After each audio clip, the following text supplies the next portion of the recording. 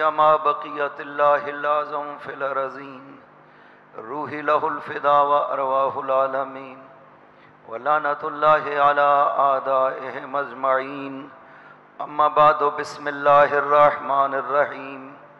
وجعلناهم أئمة يهدون بأمرنا وأوحينا إليهم فعل الخيرات وإقام الصلاة وإيتاء الزكاة وكانوا لنا عابدين. صلوات بر محمد اللهم صل على محمد وآل محمد وعجل فرجهم. دعا کے لیے کہا گیا ہے مرحومین سید اعجاز حسین جعفری بیگم فردوس جہاں، سید محمد علی، سید شوکت علی، سید محمود علی اور خانوادہ کے دیگر مرحومین کے لیے اور آپ کے مرحومین کے لیے ایک مرتبہ سورہ فاتحہ، 3 مرتبہ سورہ توحید کی تلاوت کرتے ہیں. بسم اللہ الرحمن الرحیم. الحمدللہ رب العالمین الرحمن الرحیم مالک یوم الدین. ایاک نعبد و ایاک نستعین اہدنا الصراط المستقیم صراط الذین انعمت علیہم غیر المغضوب علیہم ولا الضالین. بسم اللہ الرحمن الرحیم. قل هو اللہ احد اللہ الصمد لم یلد ولم یولد ولم یکن له کفوا احد. بسم اللہ الرحمن الرحیم. قل هو اللہ احد اللہ الصمد لم یلد ولم یولد ولم یکن له کفوا احد. بسم اللہ الرحمن الرحیم. قل هو اللہ احد اللہ الصمد لم یلد ولم یولد ولم یکن له کفوا احد. اللہم بحق الزہراء و ابیہا و بالہا و بنیہا اغفر للمؤمنین والمؤمنات والمسلمین والمسلمات خصوصا منہم المخصوصین والمخصوصات بفضلک و رحمتک یا ارحم الراحمین. صلوات بر محمد و اللہم صلی علی محمد و آل محمد وعجل فرجہ. خداوند عظیم سورہ انبیاء کی 73 نمبر آیت میں ارشاد فرماتا ہے وَجَعَلْنَاهُمْ أَئِمَّةً يَهْدُونَ بِأَمْرِنَا. ہم نے ذریت ابراہیم کو امام بنایا، یہدون بِأَمْرِنَا، جو مسلسل ہمارے امر کے ذریعہ سے لوگوں کو ہدایت کرتے ہیں. وَأَوْحَيْنَا إِلَيْهِمْ فِعْلَ الْخَيْرَاتِ وَإِقَامَ الصَّلَاةِ وَإِيتَاءَ الزَّكَاةِ. ہم نے ان کی فطرت میں قرار دیا نیکیوں کا انجام دینا، نمازوں کو قائم کرنا اور زکوٰۃ کو ادا کرنا. وَكَانُوا لَنَا عَابِدِينَ، اور وہ ہمیشہ سے ہمارے عبادت گزار رہے ہیں. خداوند عظیم نے قرآن کریم میں سلسلہ ہدایت کو بیان کیا ہے. چونکہ انسان محتاج ہدایت ہے اور انسانوں کا یہ حق ہے خداوند عظیم پر کہ خدا ان کی ہدایت کا بندوبست کرے، ان کی معرفت عطا کرے. یہ خداوند عظیم نے خود اپنے آپ پر چونکہ اس کو لازم قرار دیا ہے، لہذا ایک حق کے طور پر خدا نے خود قرار دیا ہے کہ آپ کا یہ حق ہے کہ اپنی معرفت، اپنے رسول کی معرفت اور آپ کے لیے جو ہادی قرار دیے ہیں ان کی معرفت خدا کہتا ہے کہ میں عطا کروں گا آپ کو. آپ پہچان کریں گے، خداوند عظیم پہچان کروائے گا. لہذا یہ ذمہ داری خداوند عظیم کی ہے اور خدا نے قرآن کریم میں اسی کے پیش نظر بہت تفصیل سے مختلف آیات میں اس سلسلہ ہدایت کو بیان کیا ہے. 2 جگہوں پہ تو بالکل یہ مشابہ انداز ہے خداوند عظیم کا. ایک یہ سورہ انبیاء میں ارشاد فرمایا وَجَعَلْنَاهُمْ أَئِمَّةً يَهْدُونَ بِأَمْرِنَا، ہم نے ذریت ابراہیم کو امام بنایا جو مسلسل ہمارے امر کے ذریعہ سے ہدایت کرتے ہیں. دوسرا سورہ سجدہ میں 23 نمبر آیت میں اسی کے مشابہ ارشاد فرماتا ہے وَجَعَلْنَا مِنْهُمْ أَئِمَّةً، ہم نے ذریت ابراہیم سے امام بنائے ہیں یہدون بِأَمْرِنَا، جن کی صفت یہ ہے کہ وہ مسلسل ہمارے امر کے ذریعہ سے ہدایت کرتے ہیں. لہٰذا خداوند عظیم نے معین کر دیا کہ لوگ 2 طرح کے ہیں. ایک وہ ہیں جن کو بھیجا اس لیے گیا ہے کہ وہ ہدایت کرنے والے ہیں، اور دوسرے وہ ہیں جو محتاج ہدایت ہیں. ان آیات سے صاف پتہ چلتا ہے کہ لوگ 2 طرح کے ہیں، ایک ہدایت کرنے والے ہیں اور ایک محتاج ہدایت ہے. خداوند عظیم نے سوال کی صورت میں سورہ یونس میں لوگوں پہ پیش کیا ایک مسئلہ کو. خدا نے قرآن کریم میں بہت سی جگہوں پہ سوال کیے ہیں لوگوں سے، بعض جگہوں پہ پیغامات دیا ہے خداوند عظیم نے لوگوں کو. پیغمبر کو فرمایا میری طرف سے لوگوں کو یہ کہیں.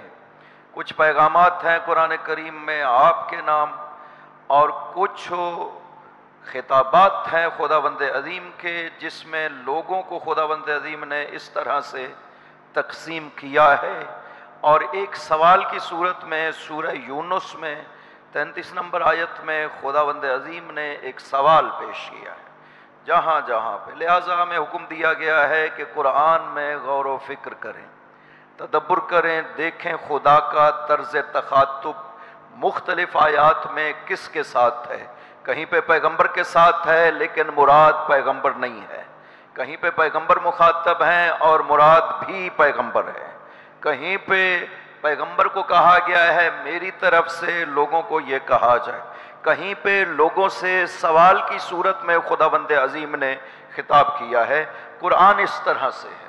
لہذا جب آپ قرآن میں غور و فکر کریں گے تو بہت سے حقائق آپ کے لیے قرآن کریم سے ظاہر ہو جائیں گے. ایک بات ذہن میں رکھیں کہ قرآن کریم ہادی کافی نہیں بنا کر کے بھیجا گیا. ہادی بنا کر بھیجا گیا ہے لیکن ہادی کافی بنا کر کے نہیں بھیجا گیا کہ قرآن ہے تو بس کافی ہے اور آپ کو کسی اور چیز کی ضرورت نہیں ہے. قرآن کا قطعاً ایسا نہ کوئی دعویٰ ہے اور نہ ایسا کہا، بلکہ اس کے برعکس قرآن کریم نے ارشاد فرمایا ہے ان ھذا القرآن یہدی للتی ہی اقوم. قرآن آپ کو ایک ایسے راستے کی ہدایت کرتا ہے جو بلا شک و شبہ مضبوط ترین راستہ ہے. تو قرآن تو آپ کو کہیں اور کی ہدایت کر رہا ہے کہ اگر آپ سیدھے راستے پہ چلنا چاہتے ہیں تو میرا کام ہے وہ راستہ دکھانا. چونکہ کوئی شک و شبہ نہیں ہے قرآن کریم میں ہر لفظ خداوند عظیم کا نازل کردہ، جتنا نازل کیا اتنا ہی محفوظ ہے بغیر ایک لفظ کی کمی کے. اس نوشتہ کے بارے میں یہ ہمیں یقین ہے کہ جتنا خدا نے نازل کیا ہے اتنا ہمارے پاس قرآن محفوظ ہے. لہٰذا اس اطمینان کی بیس پر قرآن جو بھی کہتا ہے مسلمانوں کو یقین ہو جاتا ہے کہ یہ خدا کہہ رہا ہے، اس میں کوئی شک و شبہ نہیں ہوتا. حدیث کے بارے میں شک و شبہ کیا جاتا ہے کہ پتہ نہیں پیغمبر اکرم نے فرمایا ہے یا نہیں فرمایا. قرآن کریم میں جو کچھ بھی ہے یہ یقین ہے کہ یہ وہ ہے جو خدا نے فرمایا ہے. خداوند عظیم سوال کی صورت میں بہت سی باتیں ہیں جو پیش کرتا ہے. کبھی کہتا ہے کہ حل من خالق غیر اللہ، آپ لوگوں بتاؤ، اپنی عقل سے بتاؤ، خدا کے علاوہ اس کائنات کا کوئی اور خالق ہو سکتا ہے؟ سوال کرنے کا مطلب یہ ہے کہ انسان اس کا جواب دے سکتے ہیں، جو صاحبان عقل ہے وہ اس کا جواب دے سکتے ہیں. سوال کا مطلب ہی یہی ہے کہ صاحبان عقل پہ خداوند عظیم سوال کو پیش کر رہا ہے. حل من خالق غیر اللہ، کیا خدا کے علاوہ اس کائنات کا کوئی خالق ہو سکتا ہے یا نہیں؟ انسان سمجھ سکتا ہے کہ جو خود اپنی خلقت میں محتاج ہے خالق کا، وہ کبھی خالق کائنات نہیں بن سکتا ہے. غیر از خدا جو بھی ہے اس کائنات میں وہ محتاج خداوند ہے کہ اسے خلق کرے. لہذا خلقت صرف اور صرف خداوند عظیم کے لیے ہے. کائنات کی خالقیت کسی اور کے لیے ممکن ہی نہیں ہے، چونکہ سب محتاج ہے خداوند عظیم کے کہ وہ انہیں خلق کرے. اپنی مخلوق ہونے میں دیکھیں نا، پیغمبر کو بھی یہ حکم دیا گیا سورہ کاف کے آخری آیت میں کہ پیغمبر انہیں فرمائیں انا بشر مثلکم، کہ جیسے تم مخلوق خدا ہو میں بھی مخلوق خدا ہوں. لہٰذا یہ بات تو قرآن نے صاف کر دی. سوال کا مطلب یہ ہے قل هل يستوي الذين يعلمون والذين لا يعلمون، پیغمبر ان سے سوال تو کریں، یہ خود بتائیں گے کہ اہل علم اور جاہل کیا برابر ہو سکتے ہیں یا نہیں ہو سکتے. آپ کی عقل یہ فیصلہ کر سکتی ہے تو جس چیز کا آپ کی عقل فیصلہ کر سکتی ہے خداوند عظیم اسے سوال کی صورت میں پیش کرتا ہے، حجت تمام ہو جاتی ہے چونکہ آپ کی عقل نے فیصلہ کر دیا ہے.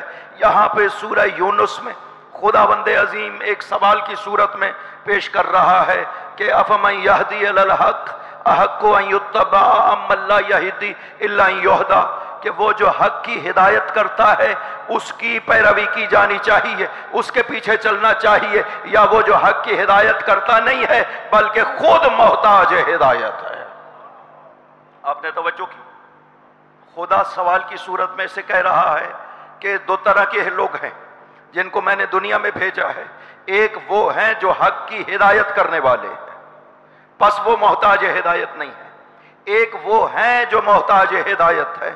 اب یہ تلاش کرنا آپ کے لیے بہت آسان ہے کہ کون سی ہستیاں اس کائنات میں جو حق کی ہدایت کرتی ہیں خود محتاج ہدایت نہیں ہے، کون سے لوگ ہیں جو خود محتاج ہدایت ہیں۔ خدا فرماتا ہے تم اپنے عقل سے یہ فیصلہ کر سکتے ہو کہ مجھے کس کی پیروی کرنی چاہیے، کس کے پیچھے چلنا چاہیے، وہ جو حق کی ہدایت کرتا ہے اس کے پیچھے جانا چاہیے، یا جو خود گمراہ ہے اور محتاج ہدایت ہے مجھے اس کے پیچھے جانا چاہیے کہ تم مجھے راستہ دکھاؤ۔ میں ایک مثال پیش کیا کرتا ہوں کہ ایک بہت بڑا صحرا ہو، آپ جسے پار کرنا چاہتے ہیں، اس صحرا سے گزرنا چاہتے ہیں، بغیر رہنما کے اس صحرا کو پار نہ کیا جا سکتا ہو، اور آپ کو اگر گائیڈ پیش کیے جائیں، رہنما پیش کیے جائیں کہ یہ چند افراد ہیں، یہ چار جو افراد ہیں ان میں سے آپ کسی ایک کا انتخاب کر لیں، واضح ہے آپ اس سے سوال و جواب کریں گے۔ اس صحرا کے بارے میں آپ کی معلومات کیا ہے؟ آپ کبھی تشریف لے گئے، لوگوں کی ہدایت کا فریضہ انجام دیا، صحرا سے پار لگایا، خود کبھی بھٹکے یا نہیں بھٹکے؟ یہ وہ سوال ہیں جو آپ ان رہنماؤں سے کریں گے جنہوں نے اپنے آپ کو پیش کیا ہوا ہے۔ خوب آپ ایک سے پوچھیں، وہ بتائے کہ میں خود تو کبھی نہیں گیا ہوں لیکن آپ کے لیے کوشش کر سکتا ہوں۔ دوسروں سے سوال کریں، وہ کہے کہ ہم جاتے تو ہیں لیکن کبھی کبھی بھٹک بھی جاتے ہیں لیکن بالآخر ممکن ہے پہنچ جائیں۔ تیسرے سے سوال کریں، وہ کہے میں تو مرتے مرتے بچا تھا، اس طرح بھٹکا تھا، اور ان تینوں سے یہ سوال کیا اور وہ اس طرح سے جواب دیں۔ اور ایک چوتھا بھی موجود ہو رہنما، آپ اس سے سوال کریں کہ اگر میں آپ کو لے جانا چاہوں تو آپ اس صحرا کو جانتے ہیں، اور وہ کہے کہ میں اس صحرا کو اسی طرح جانتا ہوں جیسے اپنی ہتھیلی کا علم رکھتا ہوں۔ ہمارا تو آباء و اجداد سے کام ہی یہی ہے، اور کبھی بھی ہماری تاریخ رہی ہے کہ ہم میں سے کوئی نہیں بھٹکا بلکہ جسے بھی لے گئے ہیں اسے پار پہنچایا ہے۔ تو عقل والا کبھی بھی ان بقیہ کا انتخاب نہیں کرے گا، اسی کا انتخاب کرے گا جو دعویٰ کر رہا ہے کہ ہم نہ کبھی گمراہ ہوئے ہیں نہ کسی کو گمراہ کیا ہے۔ خدا یہی فرما رہا ہے، اور جو حق کی ہدایت کرنے والے ہیں اس کے پیچھے جانا چاہیے، یا خود محتاج ہدایت ہیں ان کے پیچھے جانا چاہیے۔ اللہ اکبر، یا رسول اللہ، یا علی یا علی،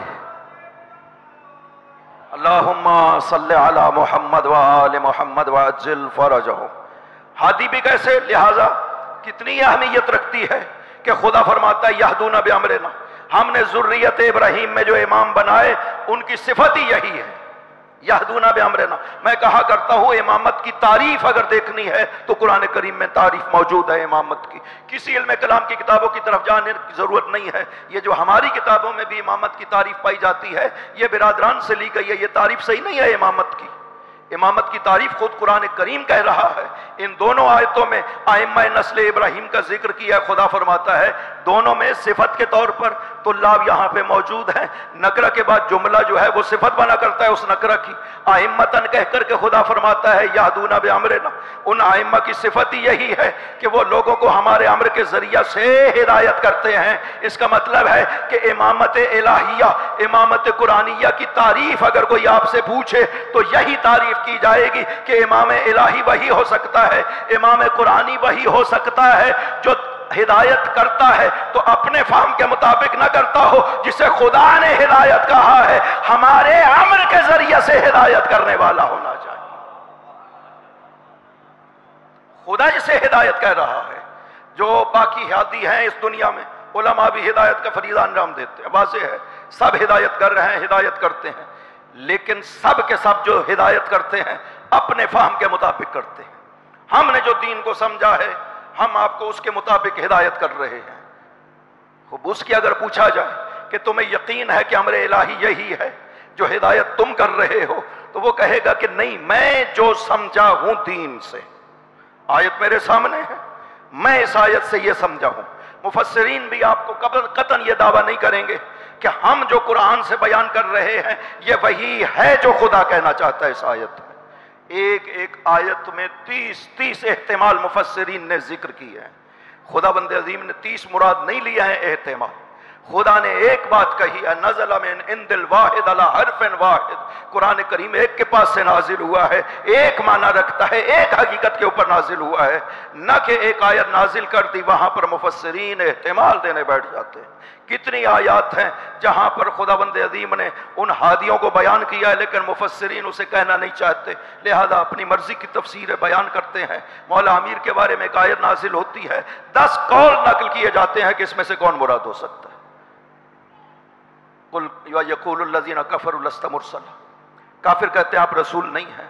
قل کفی باللہ شہیدا بینی و بینکم ومن عندہ علم الکتاب، آپ کہیں میرے پاس رسالت کے 2 گواہ موجود ہیں، ایک اللہ گواہ ہے اور دوسرا وہ جو صاحب علم کتاب ہے، وہ میری رسالت کا گواہ ہے۔ خداوند عظیم نے تو ایک شخص مراد لیا ہے، خدا نے تو اقوال ذکر نہیں کیے ہیں کہ وہ بھی ہو سکتا ہے وہ بھی ہو سکتا ہے۔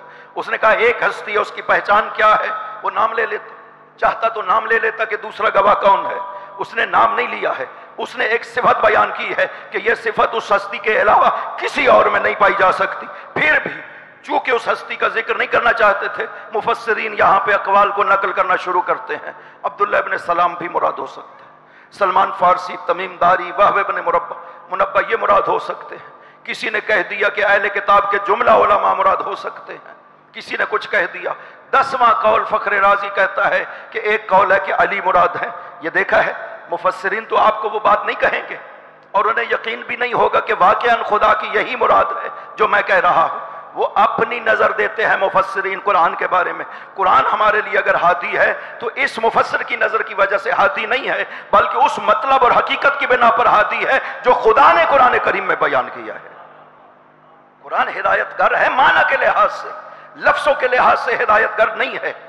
خداوند عظیم نے کیا بندوبست کیا؟ ہم خدا سے پوچھتے کہ بار الہ تو نے قرآن کے لفظوں کو بچانے کا وعدہ کیا میرے ساتھ، میرے لیے لفظوں کا بچنا فائدہ مند نہیں ہے، میرے لیے قرآن کے معنی کا بچنا فائدہ مند ہے جو تو بیان کرنا چاہتا ہے۔ قرآن میں جو کہہ رہا ہے کہ اِنَّا نَحْنُ نَزَّلْنَا الذِّكْرَ وَإِنَّا لَهُ لَحَافِظُونَ، یہ قرآن ہم نے نازل کیا ہے، ہم ہی حفاظت کرنے والے ہیں۔ علماء اسلام کیا کہتے ہیں کہ اس آیت کا مطلب کیا ہے؟ وہ کہہ دیتے ہیں کہ قرآن کے لفظوں کو خداوند عظیم نے بچا لیا ہے، لفظوں میں کوئی کمی زیادتی نہیں ہونے دیا خداوند عظیم۔ خوب لفظ باقی رہ جائے معنی باقی نہ رہے، کیا فائدہ لوگوں کو؟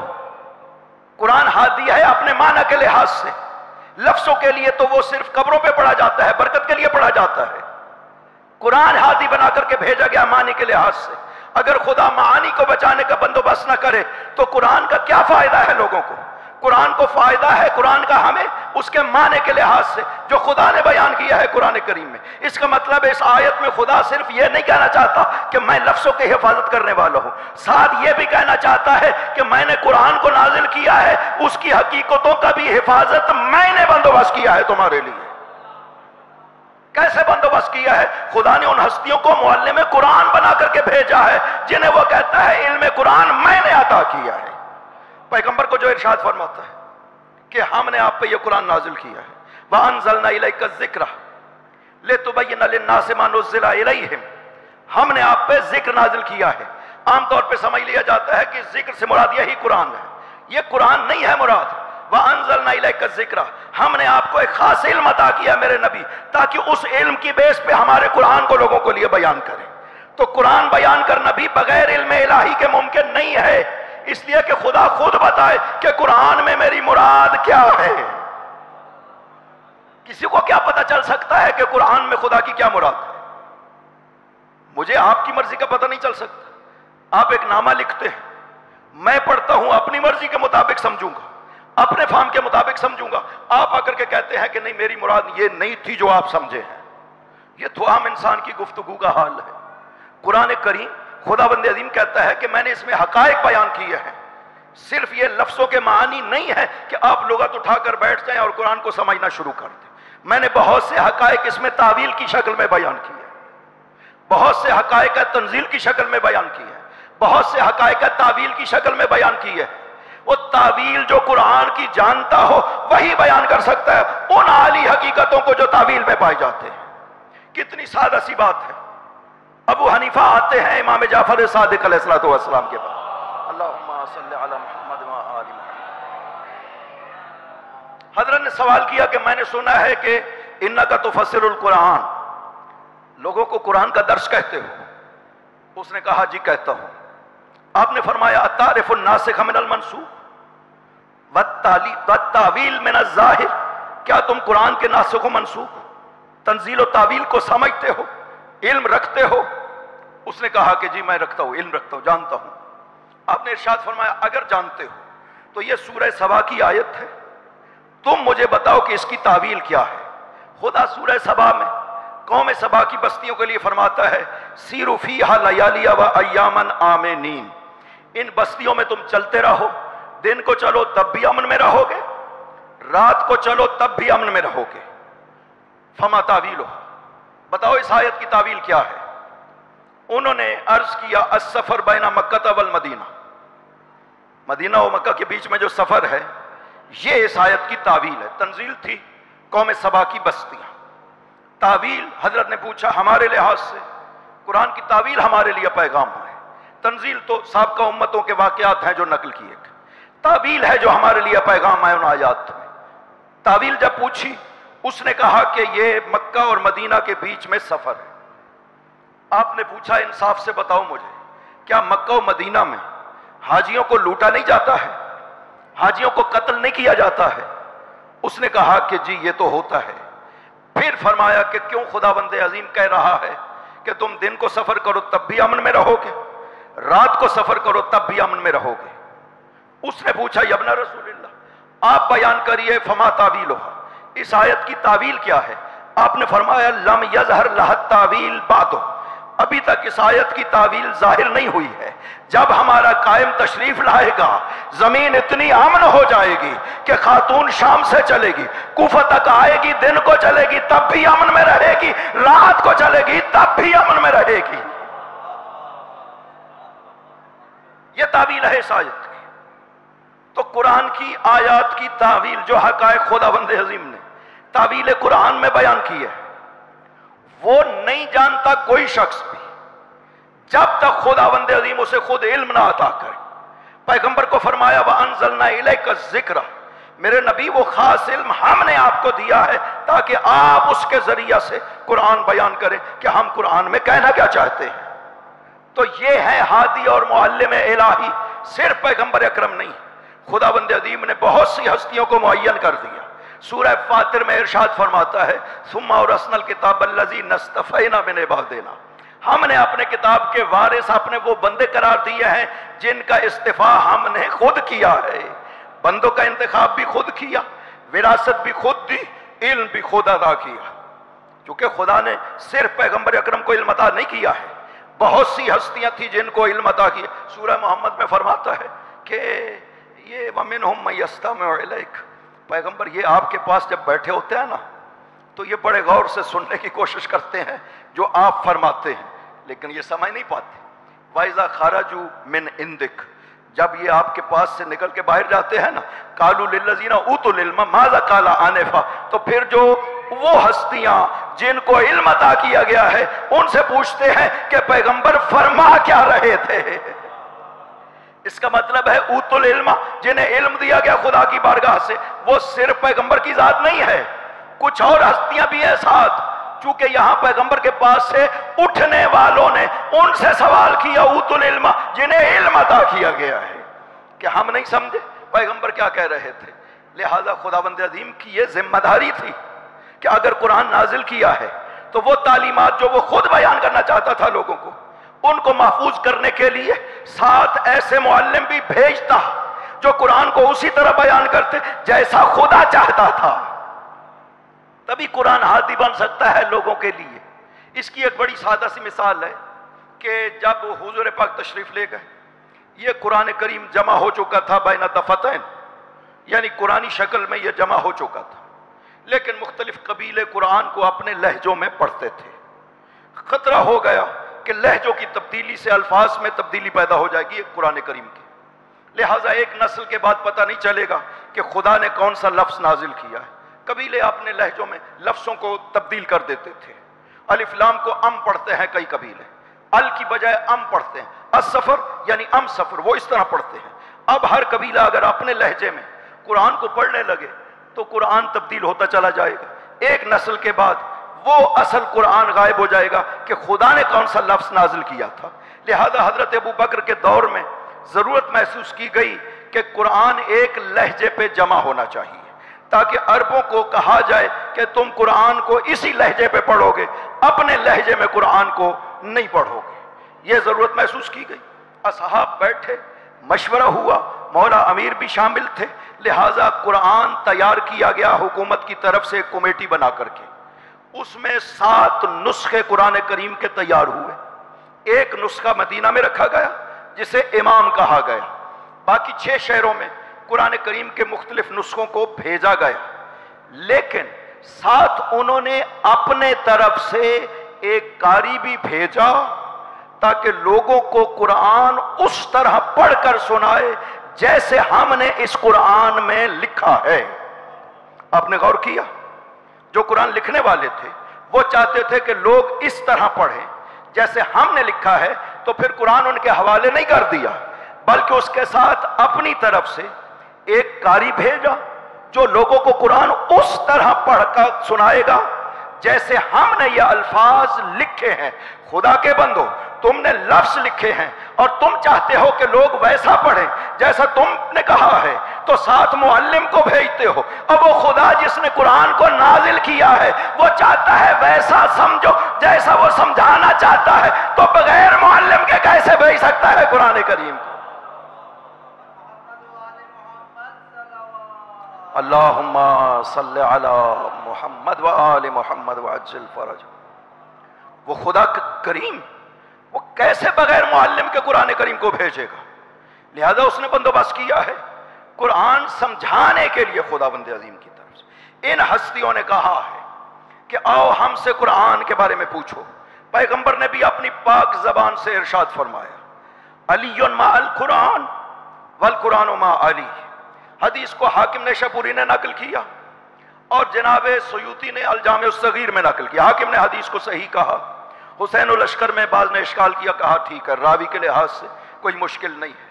فرمایا کہ علی مع القرآن والقرآن مع علی، علی قرآن کے ساتھ ہے اور قرآن علی کے ساتھ ہے۔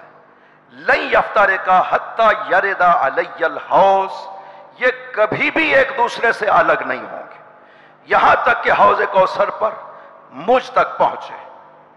یہ بندوبست کیا گیا ہے کہ قرآن کا معلم موجود ہے۔ پیغمبر کے بعد وہ ہستیاں جنہیں معلم بنایا گیا ہے وہ یہ دعویٰ کرتے ہیں کہ یہ قرآن کے ساتھ ہے۔ پیغمبر نے فرما دیا قرآن کے ساتھ ہے۔ طلبہ بیٹھے ہیں، ایک بات ہے کہ یہاں 2 جملے کہنے کی ضرورت نہیں تھی، لیکن پیغمبر اکرم نے 2 جملے ارشاد فرمائے ہیں، علی مع القرآن والقرآن مع علی۔ علی قرآن کے ساتھ ہے اور قرآن علی کے ساتھ ہے۔ یہ دونوں جملے ارشاد فرمائے یہ بتانے کے لیے کہ اول قرآن بھی علی ہے اور آخر قرآن بھی علی ہے۔ قرآن کو اول بھی اگر پانا ہوگا تو علی کی طرف جانا ہوگا، آخر میں بھی پانا ہوگا تو علی کی طرف جانا ہوگا قرآن کریم۔ اور ارشاد بھی فرمایا ہے کہ ہم جو ہے لا نفارق القرآن ولا یفارقنا، نہ ہم قرآن سے جدا ہوتے ہیں نہ قرآن ہم سے جدا ہوتا ہے۔ پاک پیغمبر نے بیان کیا ہے ان ہستیوں کو معلم قرآن کے طور پر۔ خداوند عظیم نے ان کا انتخاب کیا ہے، استفا کیا ہے معلم قرآن کے طور پر کہ قرآن ہم نے ان کی وراثت میں دیا ہے۔ اور سب سے بڑی دلیل یہ ہے کہ جنہیں قرآن کا وارث قرار دیا گیا ہے انہوں نے یہ دعویٰ بھی کیا ہے کہ آؤ ہم سے قرآن کے بارے میں پوچھو۔ کسی اور کے بارے میں کسی سے پوچھا گیا ایک آیت کے بارے میں، ایک لفظ قرآن کے بارے میں، فاکہۃ و ابن، قرآن کریم میں ایک لفظ ہے فاکہہ کے بعد ابن استعمال کیا گیا۔ پوچھا گیا کہ آپ بتائیے یہ ابن کا معنی، حالانکہ وہ عرب تھے جن سے پوچھا گیا، کہا کہ ابن کا معنی کیا ہے؟ انہوں نے فرمایا کہ نہیں مجھے اس کا معنی نہیں آتا اور اس سے کوئی فرق بھی نہیں پڑتا کہ مجھے اگر ایک لفظ کے قرآن کا معنی نہیں آتا ہے تو اس سے کوئی خاص فرق نہیں پڑتا ہے. یہ وہ کہہ سکتے ہیں اس سے واقعاً کوئی فرق نہیں پڑتا ہے. لیکن خداوند عظیم نے جن ہستیوں کو معلم قرآن بنا کر کے بھیجا ہے وہ یہ کبھی بھی نہیں کہتے ہیں، نہ کہا ہے، بلکہ یہ دعویٰ کر رہے ہیں آؤ مجھ سے جو پوچھنا چاہتے ہیں پوچھو. فاسألونی عن القرآن. پہلے دن تخت خلافت پہ بیٹھ کر مولا امیر نے کیا ارشاد فرمایا تھا؟ یہ عجیب بات ہے. مولا علی جس دن تخت خلافت پہ تشریف فرما ہوئے نا، آنے کا بڑا عجیب انداز تھا. کانا متعمما بامامت رسول اللہ، متنائلا نعل رسول اللہ، متقلدا سیف رسول اللہ، متلبسا بردت رسول اللہ. علی اس طرح تشریف لائے کہ امامہ رسول پہنے ہوئے تھے، رسول کی تلوار لٹکائے ہوئے تھے، رسول کا جوتا پہنے ہوئے تھے، رسول کی عبا اوڑے ہوئے تھے، اور تشریف لائے وہاں پر بیٹھے جہاں پر پاک پیغمبر تشریف فرما ہوا کرتے تھے. مولا علی سے پہلے جتنے بھی خلیفے تھے وہ وہاں پر نہیں بیٹھے جہاں پر علی بیٹھا کرتے تھے.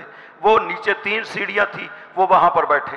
اب جب علی تشریف لائے تو وہاں بیٹھے جہاں پر رسول خدا خود بیٹھا کرتے تھے. چمگوئیاں ہوئی، لوگوں میں تھوڑا سا شور اٹھا. مولا علی نے پوچھا کہ یہ شور کیوں ہو رہا ہے؟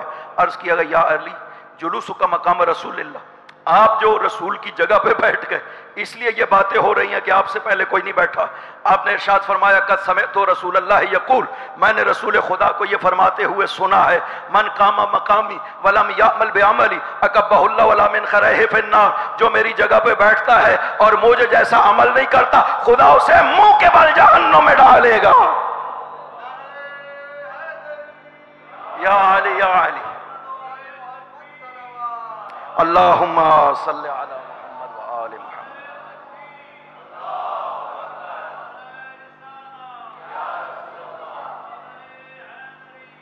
یا علی یا علی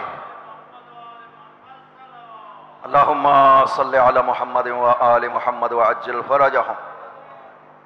فرمایا پیغمبر نے فرمایا جو میری جگہ پہ بیٹھے اور مجھ جیسا عمل نہ کرے خدا بندے سے منہ کے بل جہنم میں ڈالے گا. انا العامل بعمل رسول اللہ والممتثل لحکم رسول اللہ. ساری زندگی علی نے وہی کیا جو پیغمبر نے فرمایا اور وہی عمل کیا جو حکم پیغمبر ہوا کرتا تھا. علی کو، علی کی ساری زندگی شاہد ہے کہ قدم بقدم پیغمبر کے ساتھ چلا ہوں.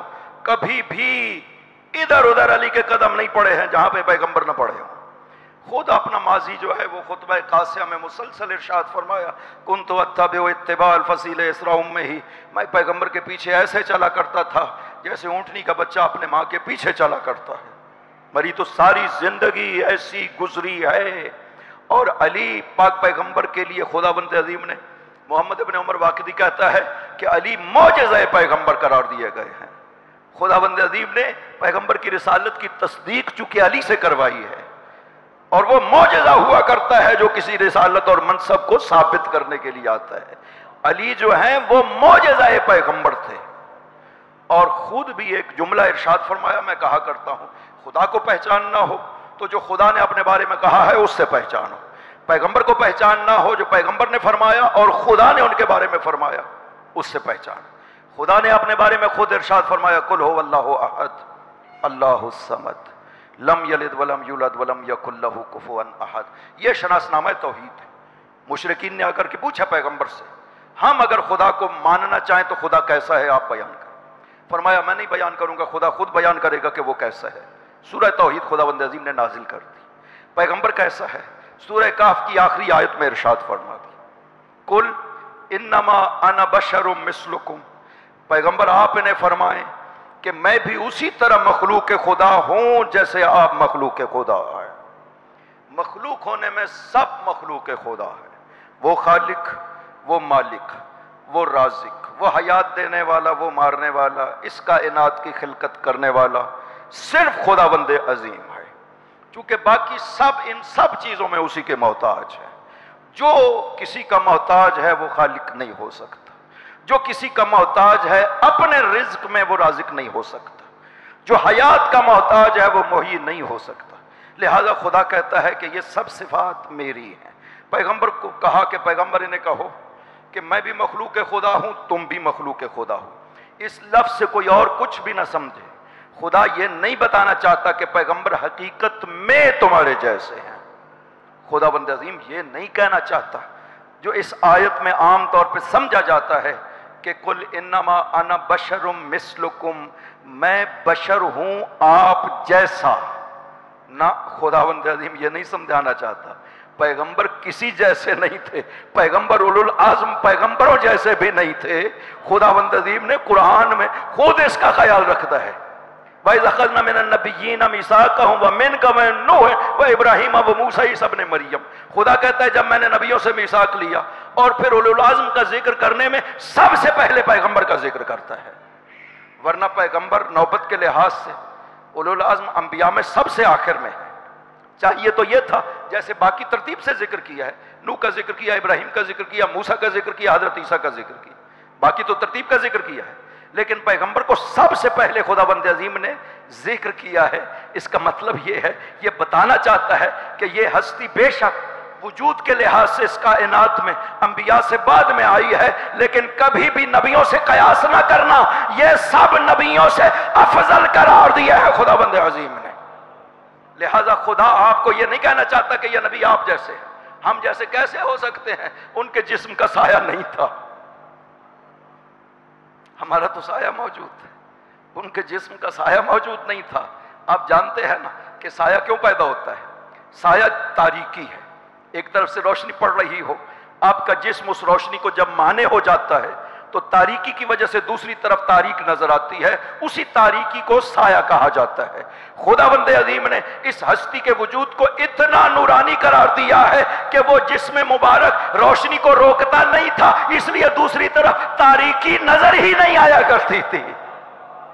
تو کیسے ہم جیسے ہو سکتے ہیں؟ تو پس اس کا مطلب ہے خدا یہ نہیں کہنا چاہتا اس آیت میں کہ انما انا بشر مثلکم، کہ میں تمہاری طرح بشر ہوں. یہ تو قطعاً ممکن ہی نہیں ہے، کسی نبی نے یہ جرات نہیں کی ہے کہ آپ ہمارے جیسے ہیں. پیغمبر کو خداوند عظیم نے ارشاد فرمایا، وصل سورہ زخرف میں ارشاد فرماتا ہے وَاسْأَلْ مَنْ أَرْسَلْنَا مِنْ قَبْلِكَ مِنْ رُسُلِنَا. نبی پاک جو ہم نے آپ سے پہلے رسول بھیجے ہیں آپ ان سے سوال تو کریں. یہ کہاں پاک پیغمبر نبیوں کے ساتھ جمع ہوئے کہ وہاں پہ یہ سوال کرنے کی نوبت آئی؟ شب معراج حدیثوں میں موجود ہے، اہل سنت کی تفسیروں میں ذرا تفصیل سے جناب ثعلبی نے اس واقعہ کو نقل کیا ہے، ہماری تفسیروں میں بھی موجود ہے کہ شب معراج کس طرح سے پاک پیغمبر جب تشریف لے گئے اور خداوند عظیم نے نبیوں کو آپ کے استقبال کے لیے 2 صفوں میں کھڑا کیا ہوا تھا، وہاں پہ بیچ میں سے گزرتے ہوئے خدا نے ارشاد فرمایا وَاسْأَلْ مَنْ أَرْسَلْنَا مِنْ قَبْلِكَ مِنْ رُسُلِنَا. نبی یہ سارے نبی موجود ہیں، آپ ان سے سوال تو کریں. پیغمبر نے جو سوال کیا وہ یہ لفظ تھا کہ او نبیو بِأَيِّ شَيْءٍ بُعِثْتُمْ، او نبیو مجھے بتاؤ تو صحیح تمہیں کس شرط پہ خداوند عظیم نے نبوت رسالت عطا کی تھی؟ سب نبیوں نے بیک زباں ہو کر کے کہا بشہادت اللہ الہ الا اللہ وانک رسول اللہ وان علی ولی اللہ. ہم نے اللہ کی توحید کو مانا، آپ کی رسالت کو مانا، علی کی ولایت کو مانا، تو رسالت ملی ہے ہم کو. لہذا نبی سارے اس طرح سے تھے. کون نبی یہ تصور کر سکتا ہے کہ ہم پیغمبر جیسے ہیں؟ تو خدا جو یہاں فرما رہا ہے انما انا بشر مثلکم، صرف ایک پہلو میں فرما رہا ہے کہ جیسے تم مخلوق خدا ہو میں بھی مخلوق خدا ہوں، لیکن مجھ میں اور تم میں فرق ہے یوحا الیہ، میری طرف وحی نازل کی جاتی ہے. پیغام میرا یہ ہے انما الہکم الہ واحد، تمہارا معبود صرف خداوند عظیم ہے جس جیسا کوئی نہیں ہے.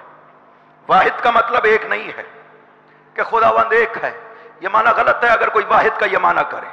خداوند عظیم لیس لہ مثل ولا نظیر ولا ند ولا شبیہ، یہ ہے خدا کے واحد ہونے کا معنی. اس جیسا کوئی نہیں، کوئی اس کی مثل نہیں ہے، کوئی اس کا شبیہ نہیں ہے. کسی لحاظ سے خدا کو مخلوق کے ساتھ مقایسہ کیا ہی نہیں جا سکتا ہے. یہ ہے توحید خداوند، یہ ہے پیغام جس کی خاطر پیغمبر فرماتے ہیں مجھے بھیجا گیا. اگلے جملے میں فمن کان یرجو لقاء ربہ فلیعمل عملا صالحا ولا یشرک بعبادت ربہ احدا. تم عبد خدا ہو، عبودیت خدا تقاضے ہیں کہ کسی کو خداوند عظیم کے ساتھ عبودیت میں شریک قرار نہ دینا. وہ وحدہ لا شریک، عبودیت کا حق اس نے کسی کو نہیں دیا ہے. صفات فعل ہیں خداوند عظیم کی، وہ ملک ہے، خدا کی قدرت ہے، وہ جسے چاہے اس میں سے عطا کرنا چاہے عطا کر دیتا ہے. علم عطا کر دیتا ہے اپنی طرف سے، قدرت عطا کر دیتا ہے اپنی طرف سے، اور قرآن میں کہتا ہے واللہ یؤتی ملکہ من یشاء، وہ اپنا ملک جسے چاہتا ہے دینا وہ دے سکتا ہے، دیتا بھی ہے، لیکن عبودیت کا حق، ربوبیت کا حق اس کی ذات کے ساتھ خاص ہے، کسی کے لیے اس نے اجازت نہیں دی ہے، نہ حق ربوبیت نہ حق عبودیت۔ پوری کائنات خدا کے سامنے الا آت الرحمن عبدا، عبودیت الہی میں غرق ہے پوری کائنات، کوئی سمجھے مانے یا نہ مانے۔ جو یہ بے شعور مخلوق ہے وہ قہراً مجبوراً عبادت خدا پہ مجبور ہے، ان کو تکویناً خدا نے قرار ہی اس لیے دیا وَإِن مِّن شَيْءٍ إِلَّا يُسَبِّحُ بِحَمْدِهِ وَلَٰكِن لَّا تَفْقَهُونَ تَسْبِيحَهُ، ہر چیز اس کائنات میں تسبیح خداوند کر رہی ہے، آپ نہیں سمجھتے۔ انسان کو اس نے اختیار دیا ہے، اپنے اختیار کے ساتھ خدا کی عبودیت اختیار کرنا چاہو کر لو، تمہیں اجر ملے گا، نہیں کرنا چاہو شیطان کی عبودیت میں چلے جاؤ گے، جہنم میں چلے جاؤ گے، یہ اس نے قرآن کریم میں بیان کر دیا۔ لہذا حق عبودیت ذات خدا کے ساتھ خاص ہے۔ فمن کان یرجو لقاء ربہ، جو سمجھتا ہے کہ مجھے مرنا ہے اور خدا کے حضور جانا ہے، فلیعمل عملا صالحا، اسے عمل صالح کرنا چاہیے، ولا یشرک بعبادت ربہ احدا، خدا کی عبادت میں کسی کو شریک قرار نہ دے۔ یہ قرآن کہہ رہا ہے، یہ کوئی حدیث نہیں ہے کہ کوئی توجیہ کرنے کے لیے بیٹھ جائے کہ میں غیر خدا کو سجدہ کر لوں، میرے لیے گنجائش نکل آئے کہ میں غیر خدا کو سجدہ کر لوں، چاہے اس کا عنوان مجھے سجدہ تعظیمی دینا پڑے کہ میں کر سکوں، نہ، یہ حق خاص ہے خداوند عظیم کے ساتھ۔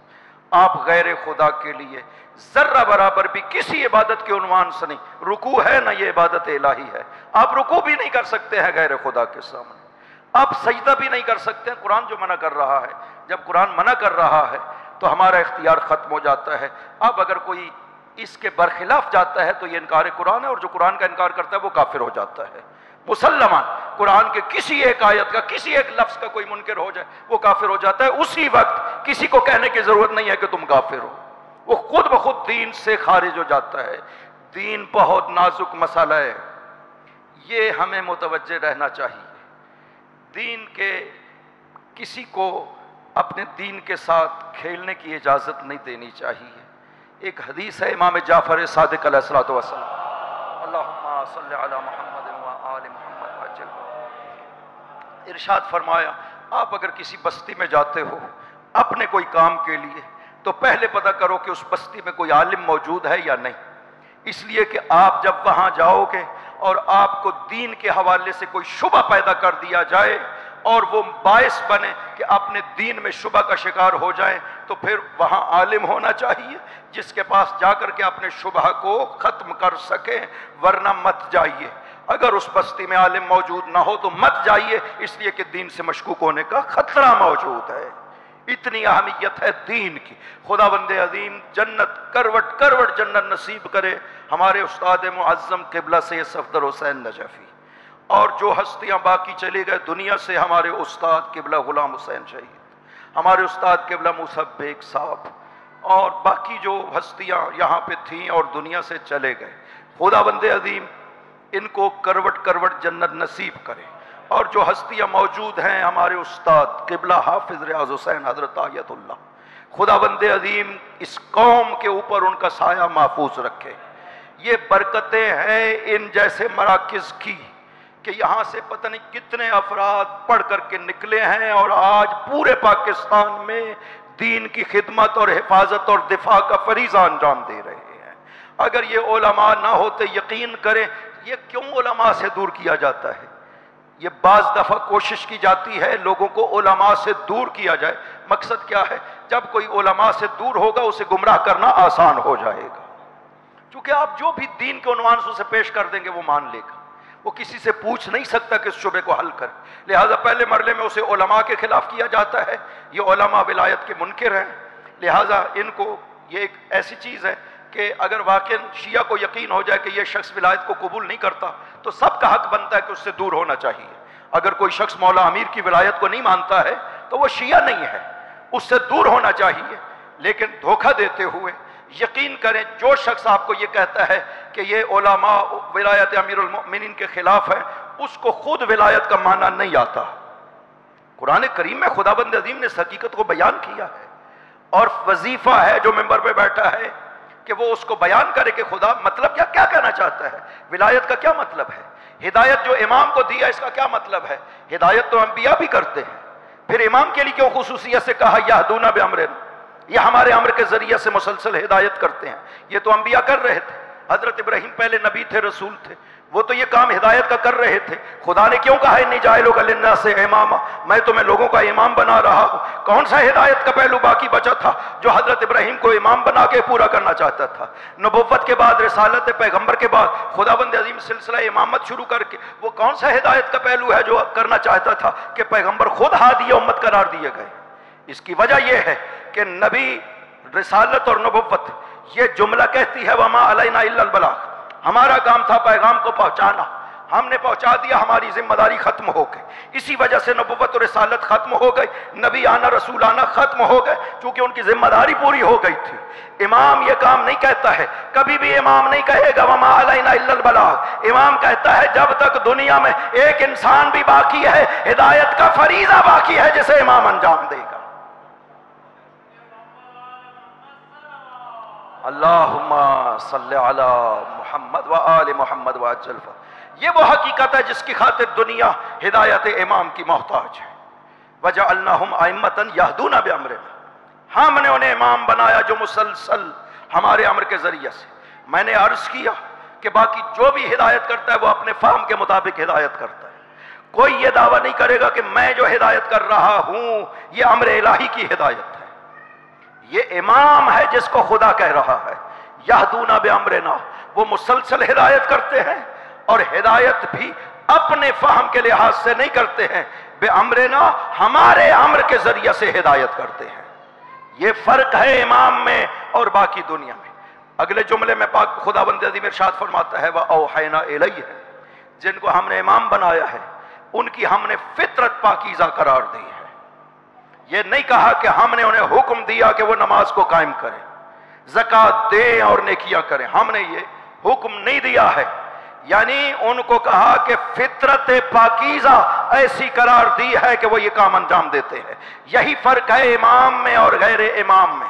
غیر امام امر کا منتظر رہتا ہے کہ خدا کا حکم آئے تو میں انجام دوں۔ امام وہ ہے جو امر خدا کی ضرورت نہیں ہوتی ہے، مرضی خدا کے مطابق انجام دیا کرتا ہے۔ وَأَوْحَيْنَا إِلَيْهِمْ، خدا اس لیے کہہ رہا ہے کہ ہم نے ان کی فطرت ایسے قرار دی کہ وہ نیکی انجام دیتے ہیں، نماز قائم کرتے ہیں، زکوٰۃ ادا کرتے ہیں۔ وَكَانُوا لَنَا عَابِدِينَ، اور آخری پہچان خدا فرماتا ہے ان کی یہ ہے کہ وہ ہمیشہ سے ہماری عبادت کرنے والے رہے۔ یہ پہچان ہے۔ جو زندگی میں کسی لحظہ بھی عبادت خدا سے غافل رہا ہو وہ کبھی امام نہیں بن سکتا ہے۔ خدا کہتا ہے امام وہی بنتا ہے جو ساری زندگی خدا کی عبادت کرتا رہا ہو، اور ہمارے ائمہ کی پہچان یہی ہے۔ دنیا میں جب آتے ہیں تو سب سے پہلا جو کام کرتے ہیں وہ سجدہ کرتے ہیں بارگاہ خداوند عظیم، یہ ثابت کرنے کے لیے کہ وہ عابدین ہم ہیں جنہیں خداوند عظیم نے اس کائنات میں عابد بنا کر کے بھیجا ہے۔ یہ پہچان ہے امام حق کی۔ پس انسان وہ جو محتاج ہدایت ہیں وہ جائیں گے ان کے حضور جو ہدایت کرنے والے ہیں۔ ان کی پہچان یہ ہے کہ وہ کسی کی ہدایت کے محتاج نہیں ہے، وہ ہدایت کرنے والے ہیں۔ خداوند عظیم نے ائمہ طاہرین کو اس لیے بھیجا تھا کہ وہ لوگوں کی ہدایت کا فریضہ انجام دے۔ خدا چاہتا ہے کہ یہ امت ان سے محبت اور مودت کرے، دشمنی نہ کرے، تاکہ وہ ہدایت کا فریضہ انجام دیں اور لوگ ان سے ہدایت لے سکے۔ لیکن امت پیغمبر نے کیا کیا ہے؟ بجائے اس کے کہ ہدایت لیتے، اتنی دشمنی کی آل محمد سے کہ یہ خطبہ ارشاد فرمایا جب مولا شام سے واپس آئے اور مدینہ کے باہر خطبہ ارشاد فرمایا تو اس میں یہ جملے تھے کہ ہم وہ ہیں جن کے لیے خدا نے فرمایا تھا کُلَّ أَسْأَلُكُمْ عَلَيْهِ أَجْرًا إِلَّا الْمَوَدَّةَ فِي الْقُرْبَى، میرے قربہ سے محبت کرنا، میں یہی اجر چاہتا ہوں آپ سے۔ یہ حکم مودت تھا اور ہم سے اتنی دشمنی کی گئی۔ اگر خدا دشمنی کا حکم دیتا کہ آل محمد سے دشمنی کرنا، تو پھر بھی اتنی دشمنی نہ کی جاتی جتنی ہم سے کی گئی۔ آل محمد کے ہر فرد کو قتل کر دیا گیا، بڑوں کو، بوڑھوں کو، جوانوں کو اور بچوں کو۔ جس کی جتنی بھی دشمنی ہوتی ہے نا، وہ بچوں کو معاف کر دیا کرتے، بچوں سے دشمنی نہیں کرتے۔ لیکن مسلمانوں نے آل محمد کے بچوں سے بھی اتنی دشمنی کی کہ علی اصغر جو صرف 6 ماہ کا تھا، اسے بھی کربلا کے میدان میں مارا گیا ہے۔ یوں نہیں ہے کہ کوئی تیر آیا خیمے میں اور علی اصغر شہید ہوئے، نہ، میدان میں عمدن مارا گیا، تیر مارا گیا باقاعدہ طور پر۔ اور یہ اتنی بڑی مصیبت تھی نا آل محمد کے لیے، خود ہر صاحب دل اس مصیبت کو برداشت نہیں کر سکتا ہے کربلا میں، لیکن خود آل محمد کے لیے شہادت علی اصغر بہت بڑی مصیبت تھی۔ ہر شہادت کے اوپر حسین نے الگ الگ جملے کہے ہیں۔ اصحاب میں سے کوئی گیا تب بھی جملے کہے، اور اعزاء میں سے گیا تب بھی حسین نے خاص جملے کہے ہیں، ہر ایک پہ بڑے الگ الگ جملے کہے ہیں۔ علی اصغر کی شب شہادت ہو گئی تو حسین کا ایک الگ انداز ہے جو کسی اور شہید کے لیے حسین نے اختیار نہیں کیا ہے۔ ابو خلیق وہ بیلچہ داروں کا سردار ہے، جب اسے گرفتار کر کے مختار کے پاس لایا گیا تو مختار نے اس سے سوال کیا کہ ابو خلیق، ہم حسین کی مصیبتیں سن کے روتے ہیں، تم تو کربلا میں موجود تھے، تم نے حسین کی مصیبتوں کو اپنی آنکھوں سے دیکھا ہے، یہ بتاؤ کسی مصیبت پر تم بھی روئے تھے؟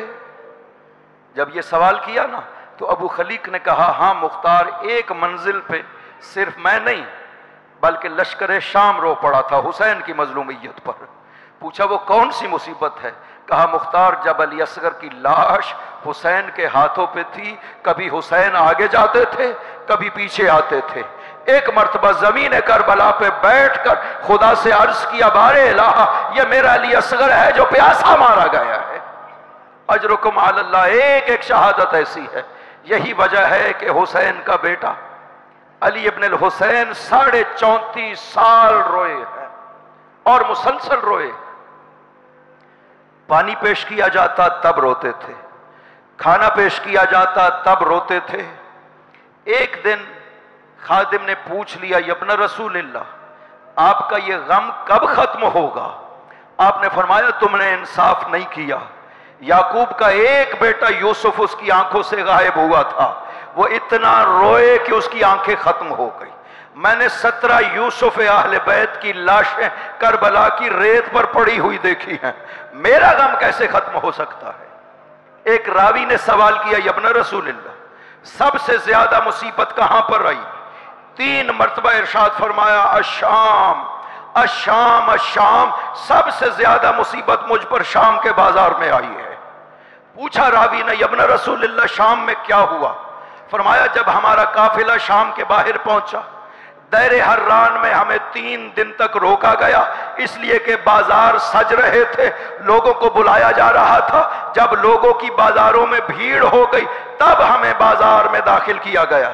جب ہمارا قافلہ بازار میں داخل ہوا، سپاہیوں کے ہاتھوں میں نیزے تھے، انہوں نے ہمیں گھیرے میں لے لیا۔ سپاہی ہمارے پشت پہ نیزہ مارتے تھے، ہم منہ کے بل گر جاتے تھے۔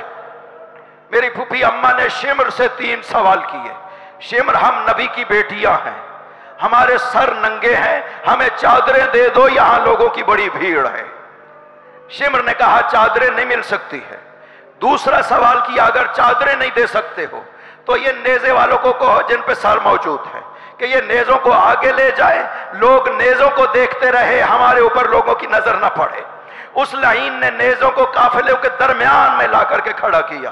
تیسرا سوال جو میری پھوپھی اماں نے کیا، شمر، ہمیں ایسے بازار سے لے جاؤ جہاں لوگوں کی بھیڑ کم ہو۔ جب اس نے سنا تو ہمیں ایک بازار میں نہیں لے گئے، صبح سے لے کر شام تک کبھی ایک بازار میں لے جاتے تھے، کبھی دوسرے بازار میں لے کے جاتے تھے۔ جب یہودیوں کے بازار میں پہنچے، سپاہی اعلان کر رہے تھے، او یہودیوں، یہ فاتح خیبر کی بیٹیاں، جس نے علی سے انتقام لینا ہو، او علی کی بیٹیوں سے انتقام لے لو۔ اور ہم جب بازار میں داخل ہوئے ہمارے سر سلامت تھے، لیکن لوگوں نے ہمیں پتھر مارنا شروع کیا، ہمارے سروں سے خون بہ رہا تھا۔ اجرکم علی اللہ۔ یہ قافلہ پہنچا بازار دربار ساعات پر، باب الساعات پر کئی گھنٹے یہ قافلہ رکا رہا۔ ایک مرتبہ کسی نے کہا السلام علیکہ یا ابن رسول اللہ۔ آپ نے پوچھا کون ہے یہاں پر میرے اوپر سلام کرنے والا؟ عرض کیا مولا آپ کے جد کا صحابی سہل ساعدی ہوں، مولا آپ کی حالت دیکھی نہیں جاتی ہے، کوئی خدمت جو میں کر سکتا ہوں؟ فرمایا سہل دو کام کرو، ایک مجھے کپڑے کا ایک ٹکڑا لا دو، دوسرا ان نیزے والوں کو کہو کہ یہ نیزوں کو آگے لے جائیں، میری پھوپھیوں کے سر ننگے ہیں، لوگوں کی نظریں نہ پڑے میری پھوپھیوں کے سروں پہ۔ سہل کہتا ہے میں کپڑا لے آیا، میں نے پوچھا مولا اس کپڑے کا کیا کریں گے؟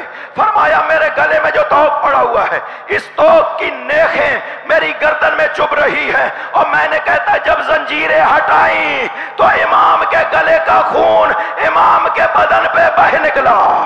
وَسَيَعْلَمُ الَّذِينَ ظَلَمُوا أَيَّ مُنْقَلَبٍ يَنْقَلِبُونَ۔ بارِ صدقہ محمد وآل محمد ہماری عبادات کو منظور و مقبول فرما، بار الہ اس مجلس کو اپنی بارگاہ میں منظور و مقبول فرما۔ خداوندہ جنہوں نے مجلس کا اہتمام کیا ہے ان کے مرحومین کی مغفرت فرما، ان کے جوار معصومین میں جگہ عطا فرما، بار الہ حاضرین کی تمام حاجات کو پورا فرما۔ خداوندہ مولا و آقا کے ظہور میں تعجیل فرما، ان کے قلب مقدس کو ہم سے راضی و خوشنود فرما۔ بار الہ یہ ذکر مقدس جیسے جاری و ساری ہے تا ظہور امام زمان اسی طرح جاری و ساری رہے۔ بار الہ ہمارے بزرگان اساتذہ کا سایہ ہمارے سروں پہ قائم و دائم رکھنا۔ بار الہ جو استاد دنیا سے چلے گئے ہیں ان کو جوار معصومین میں جگہ عطا فرمانا۔ بار الہ اس مرکز علمی کو ہمیشہ ترقیاں عطا فرما، اور ان بزرگان کے زیر سایہ یہ مرکز ترقی کرتا رہے اور مذہب اہل بیت کی خدمت انجام دیتا رہے، بے فضل کا و رحمت کا یا ارحم الراحمین۔